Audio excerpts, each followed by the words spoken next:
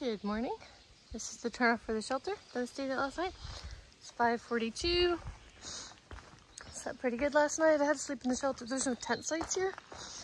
Fortunately, there weren't like a ton of people. Maybe, I don't know, 10 of us. Had a good night.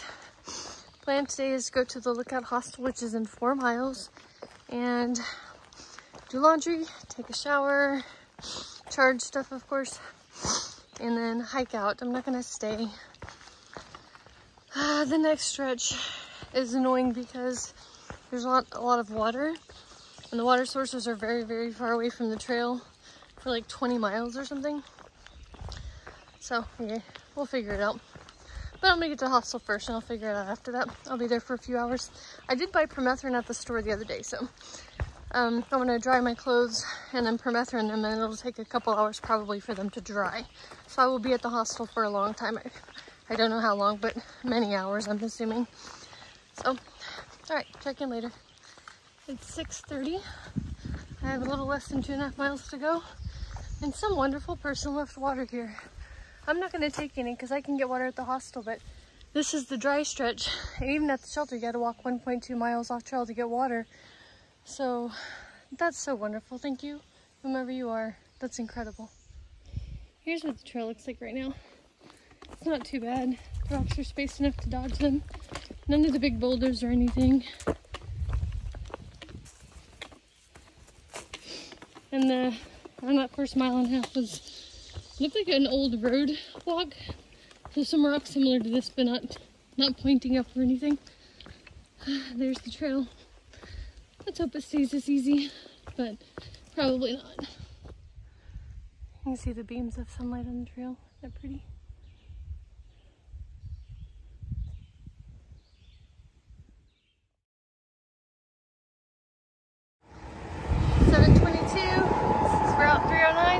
The hostel's 0.1 miles down that way. I made it to the hostel. Look at that view. Very nice. Here's the solar shower. It's in a garage. It's one of those camp showers. They fill it up in the sink inside. Here's the hostel. Dining room. Resupply. Some more stuff over here, and some food stuff over there. All right, guys, it's 2:30, almost 2:30. I'm back on trail finally. Sorry, a lot of traffic behind me. I ended up being longer at the hostel than I had intended. Those places kind of suck you in, and that's really just all it comes down to. I make my excuses, but the reality is you get to a nice air-conditioned place with ice cream and pizza and cold sodas and you don't want to leave. So I washed and dried my clothes, sprayed them in with permethrin and hung them outside to dry. There's people over there. Then I decided to wait for it to cool off a little, or at least not be so hot. That's my excuse. I'm doing something called Knife's Edge today. It's gonna be slow going. I knew I would get to rocky parts of the trail, and I knew I would have to do fewer miles. So I only had 5 miles to do, and then with that in mind, I'm like, well, I don't need to leave until this afternoon. So I finally did. Here I am. I have a lot of water. There's no water until tomorrow midday, I guess. So my pack is very heavy. I also have a ton of food. This resupply and the one, not the last one, but the one before, already have been my biggest resupplies. And with hiker hunger, my food is just a lot heavier than it was, say, like packing out 6 days of food for the Smokies. My food is heavier now than it was then. And I have to haul out a lot of water. So my pack is extremely heavy. Like, I'm already huffing and puffing and I'm not even climbing a hill. I'll survive. I'm giving myself a mile an hour to get through this. It's gonna be a lot of weight on my knees with steps. So I'm gonna take my time. I took ibuprofen before I left and I don't have to rush. Here we go. I realized I didn't explain the situation at the hostel. Oh, I got my sun hoodie back. Because on these ridge lines, it's exposed to the sun. It got permethrined. The hostel's drains are broken or something, so to use the kitchen sink, we had to make sure water drained into a tub, and the tub had to be dumped outside. The shower was on a dirt/rock floor in a garage with one of those black shower bags, like if you went to the camp section of a store, the shower bags, and then you take it in the house, fill it with hot water, go outside and shower in the garage. Because, oh, and there's a porta potty, you can't flush a toilet, but they did have a washer and dryer. Don't know how that drained. So that's why that situation was what it was, but it really wasn't that bad. That's the trail. And I start Knife's Edge in about a mile. I came from that way. I want to point out that these rocks are not stable exactly. They're wobbly. Some of them are worse than others, but this big one,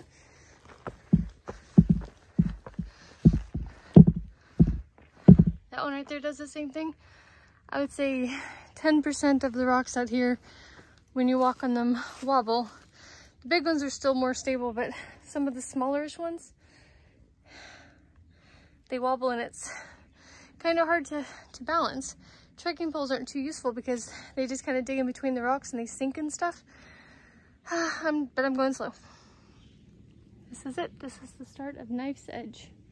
I do not know how long it lasts. It doesn't seem to say anywhere. Could be a quarter mile, could be 10 miles, I don't know. That's some fun looking rock climbing.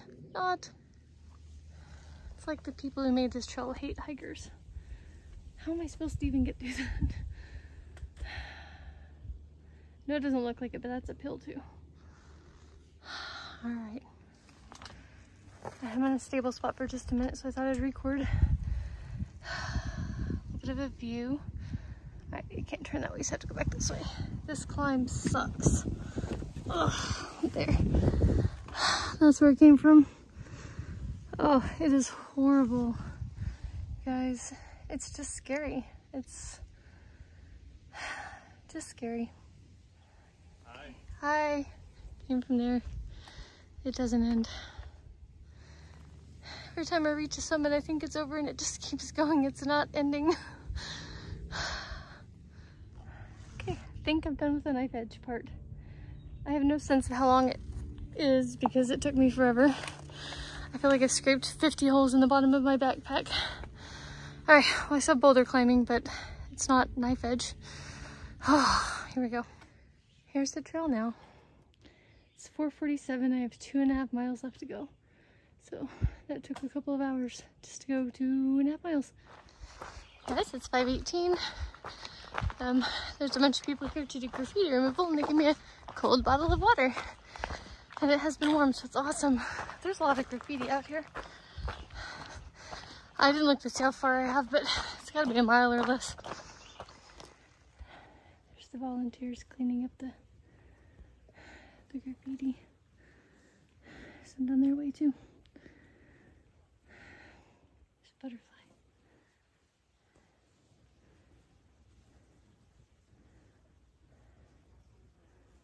Oh, he's not gonna open his wings now. That is where I just came from. That's where I'm going.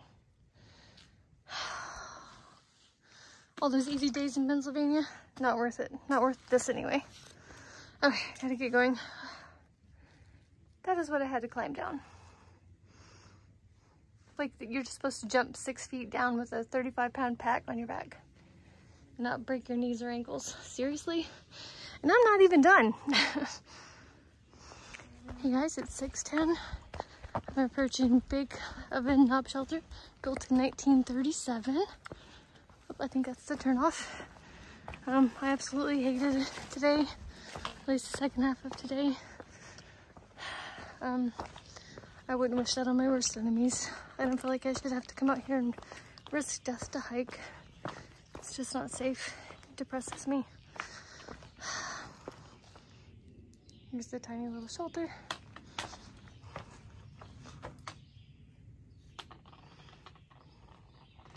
All right, let's go find a place to set up a tent. Looks very overgrown in here.